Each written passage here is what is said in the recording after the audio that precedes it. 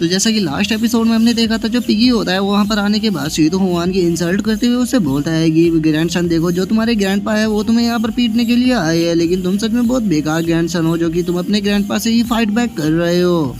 और अब उन दोनों की इस तरह की बातों को सुनकर हम देखते हैं कि जो शीतो हुआन होता है वो भी जोर जोर से हंसने लगता है, और वो हंसते हुए उन दोनों की तरफ देखते हुए बोलता है कि वैसे मैं तुम दोनों को यहाँ पर धीरे धीरे मारना चाहता था, लेकिन चूंकि अब तुम लोगों ने मुझे यहाँ पर गुस्सा दिला दिया है, तो मैं अब तुम लोगों को बहुत ही ज्यादा दर्दनाक मौत देने वाला हूँ, क्योंकि अब तुम लोग यहाँ से बचकर कहीं भी मेरे हाथों से नहीं जा पाओगे। और इतना बोलकर जो शीतो हुआन होता है वो अपने एक बहुत ही पावरफुल वेपन को बाहर निकाल लेता है, और शीतो हुआन की अब उस वेपन को देखकर जो ली जियान होता है वो भी बहुत ज्यादा शौक हो जाता है, और वो शेक होते हुए बोलता है कि ये तो सेमी डिवाइन लेवल का वेपन है। जिसके बाद अब जो ली जियान होता है वो हमें वेपनों के बारे में बताने लगता है कि इस वर्ल्ड के अंदर दो तरह के वेपन पाए जाते हैं, एक तो ऑर्डिनरी वेपन होते हैं और एक डिवाइन वेपन होते हैं। और अगर इन डिवाइन वेपन की बात की जाए तो ये बहुत ही ज़्यादा प्रीसियस और उसी के साथ ही ये बहुत ज़्यादा रेयर भी होते हैं, क्योंकि इनके अंदर हेवन और अर्थ की पावर पाई जाती है, जिसका इनके अटैक की जो पावर होती है वो नॉर्मल वेपन से कई गुना ज़्यादा होती है। और अभी शीतो हुआन ने जिस वेपन को पकड़ा हुआ है ये सेमी डिवाइन लेवल का वेपन है, जो कि बहुत ही एक्सट्रीमली रेयर है, और इसकी अगर पावर की बात की जाए तो ये भी काफ़ी ज़्यादा होगी। इसीलिए मुझे लगता है कि शीतो हुआन के साथ में यहाँ पर डील करना मेरे बस की बात नहीं होने वाली।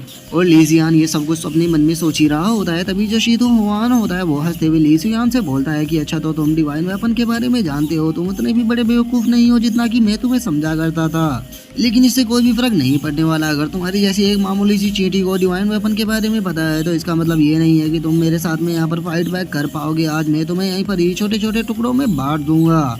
और शीतो हुआन की अब इस बात को सुनकर जो पिगी होता है वो उसकी इंसल्ट करते हुए उसे बोलता है कि मेरे प्यारे ग्रैंडसन, क्या हुआ तुम्हारे हाथ में अगर एक छोटा सा डिवाइन वेपन आ गया तो तुम तो यहाँ पर बहुत बड़ी बड़ी बातें करने लगे। जो तुम्हारा ग्रैंडपा है वो यहाँ पर पूरे हाउस को भी एक डिवाइन वेपन में बदल सकता है, तो इसीलिए तुम्हें अपने ग्रैंडपा के आगे बड़ी बड़ी फेंकने की कोई भी जरूरत नहीं है, नहीं तो जो तुम्हारे ग्रैंडपा है वो तुम्हें यहाँ पर बहुत ही बुरी तरह से पीटेंगे। और पिगी के इतना बोलते के साथ ही अब जो ली जियान होता है वो भी फाइट के लिए तैयार हो जाता है, और वो तैयार होते हुए शीतो हुआन से बोलता है कि शीतो हुआन, आज तुम्हारा यहाँ पर बहने का टाइम आ चुका है।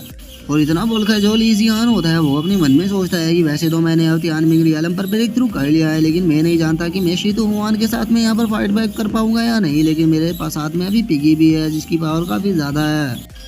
और ली जियान के इतना सोचते के साथ ही हम देखते हैं कि टावर के बाहर से किसी के चिल्लाने की आवाज आती है, जो कि चिल्लाते हुए बोलता है कि जुआनजी टावर के अंदर एक इमरजेंसी आ गई है, इसीलिए जो भी लोग भी टावर के अंदर है उन्हें अभी के अभी टावर से बाहर टेलीपोर्ट किया जा रहा है। जो सुनते के साथ ही अब जो शीतो हुआन होता है वो ली जियान के ऊपर अटैक करते हुए उसे बोलता है कि मेरे पास बहुत ही कम टाइम है, लेकिन मैं इतने ही कम टाइम में तुम्हें यहाँ पर डिस्ट्रॉय कर दूंगा। जो सुनकर जो ली जियान होता है वो शीतो हुआन का मजाक उड़ाते हुए उससे बोलता है कि अभी तुम्हारा जो गॉडफादर है उसका तुम्हारे साथ में खेलने का कोई भी मन नहीं है, तो इसीलिए अभी गॉडफादर यहाँ से जा रहे हैं, लेकिन गॉडफादर तुम्हें बाद में यहाँ पर सबक सिखाने जरूर आएंगे।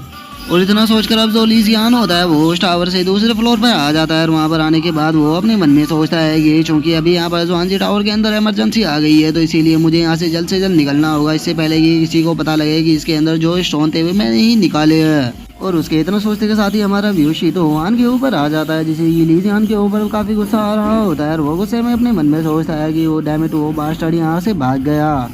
और शीतो हुआन के इतना सोचते के साथ ही हम देखते हैं कि वहाँ पर एक पर्सन आने लगता है, जो कि वहाँ पर आने के बाद शीतो हुआन के हाथ में उस वेपन को देखकर उससे बोलता है कि शीतो हुआन, तुमने ये सेमी डिवाइन लेवल का वेपन को क्यों निकाला हुआ है, क्या तुम यहाँ पर किसी के ऊपर अटैक करने वाले थे। जो सुनकर जो शीतो हुआन होता है वो उसे बोलता है कि मास्टर, यहाँ पर बस छोटी मोटी चींटियाँ आ गई थी जिन्हें की भगाने के लिए, मैं बस इसका यूज करने ही वाला था, लेकिन वे टाइम के रहते हुए पहले ही यहाँ से भाग गए, तो इसीलिए मास्टर आपको उन मामूली सी चींटियों की टेंशन लेने की कोई भी जरूरत नहीं है। और शीतो हुआन के इतना बोलते के साथ ही अब जो उसका मास्टर होता है वो इधर उधर देखने लगता है, वो इधर उधर देखते हुए शीतो हुआन से बोलता है कि यहाँ की हालत को देखकर मुझे ऐसा लग रहा है कि तुम पेंटिंग एंड रियलम में ब्रेक थ्रू करने में फेल हो गए हो। जो सुनकर अब जो शीतो हुआन होता है वो अपने मास्टर को बताता है कि मास्टर, पता नहीं एकदम से इस जुआनजी टावर के अंदर क्या हो गया था, यहाँ पर जितने भी डिसाइपल थे वे सभी के सभी 9th फ्लोर के अंदर आ गए,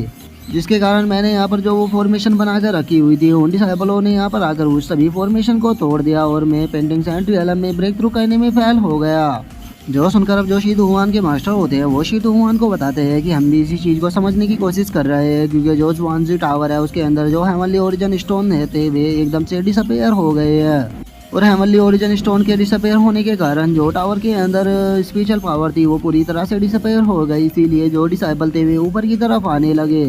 जो सुनकर तो अब शीतो हुआन भी बहुत ज़्यादा शौक हो जाता है और वो शौक होते हुए बोलता है कि आखिर इस तरह की एबिलिटी किस पर्सन के अंदर हो सकती है जो कि जोआनजी टावर के अंदर से भी हेमनली ओरिजिन स्टोन को बाहर निकाल सके। जो सुनकर अब जो शीतो हुआन के मास्टर होते हैं वो शीतो हुआन को बताते हैं कि जो हेमनली ओरिजिन स्टोन है वे हमारी डायनेस्टी के अंदर नहीं पाए जाते, बल्कि उन्हें जो इंटायर ग्रेट डायनेस्टी है वहाँ से लेकर आया गया था। और अब इसीलिए अब जो जोआनजी टावर है वो काफ़ी लंबे टाइम तक बंद रहने वाला है। लेकिन एक बात तो माननी पड़ेगी कि जिस पर्सन ने भी ये किया है वो सच में बहुत ज़्यादा टैलेंटेड होगा, क्योंकि जोआनजी टावर के अंदर से उन स्टोनों को निकालना इतना आसान नहीं था। और जहाँ तक मुझे लगता है कि वो पर्सन कोई सी नॉर्मल सेक्ट से नहीं होगा, वो पक्का क्लिफ आइसलैंड से ही होगा, क्योंकि क्लिफ आइसलैंड के ही जो डिसाइबल है उनके अंदर ही इस तरह की एबिलिटी होती है जो कि इस तरह के काम को अंजाम दे सकते हैं। इसीलिए मैं भी चाहता हूँ कि तुम उस क्लिफ आइसलैंड के अंदर इंटर करो। जो सुनकर अब जो शीतो हुआन होता है वो बहुत ज़्यादा शौक हो जाता है और वो शौक होते हुए बोलता है कि क्लिफ आइसलैंड मास्टर, मेरे लिए क्लिफ आइसलैंड के अंदर इंटर करना बिल्कुल पूरी तरह से इम्पॉसिबल है। जो सुनकर अब जो उसका मास्टर होता है वो उसे शीतो हुआन से बोलता है कि तुम्हें टेंशन लेने की कोई भी ज़रूरत नहीं है। जो टोंगयान एकेडमी है उसके लिए हमेशा ही क्लिफ आइसलैंड के अंदर एक स्कोप रहता है और कुछ सालों में जो टोंगयान एकेडमी है उसके अंदर सभी डिसाइबलों को कंप्लीट कराया जाता है और उसमें जो भी जीतता है उसे क्लिफ आइसलैंड के अंदर जाने का मौका मिलता है। तो इसीलिए मैं तुम्हारे लिए वहाँ पर रिकमेंड करूँगा ताकि तुम्हें भी उसके अंदर कंप्लीट करने का मौका मिल सके।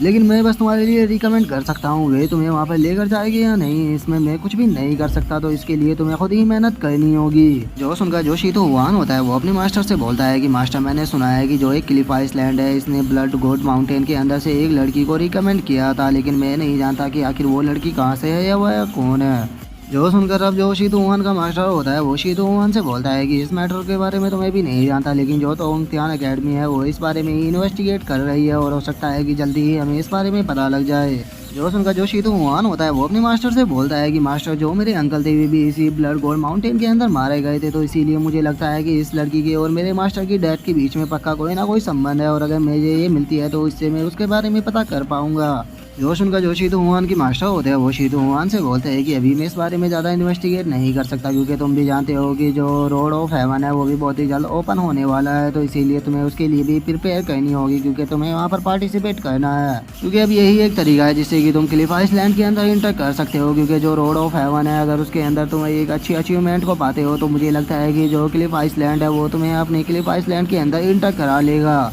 जो सुनकर अब जो शीतो हुआन होता है वो गुस्से में अपने मास्टर से बोलता है कि मास्टर, ये सब कुछ मैं भी करना चाहता हूँ, लेकिन आप भी जानते हो कि मैं अब पेंटिंग सेंट रियलम के अंदर ब्रेक थ्रू करने में फेल हो गया और अब मुझे समझ में नहीं आ रहा कि मैं अब क्या करूँ।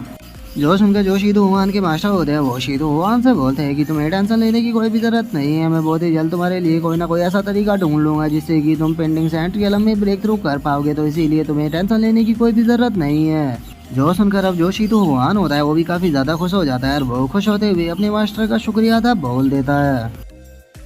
और अब इसी के साथ में जो हमारा आज का एपिसोड है वो भी यहीं पे कंप्लीट हो जाता है। तो नेक्स्ट एपिसोड में देखेंगे क्या होता है। अगर आप लोगों को वीडियो अच्छी लगी हो तो लाइक करना, चैनल को सब्सक्राइब करना। मैं मिलता हूँ नेक्स्ट एपिसोड में, तब तक के लिए बाय बाय गाइस।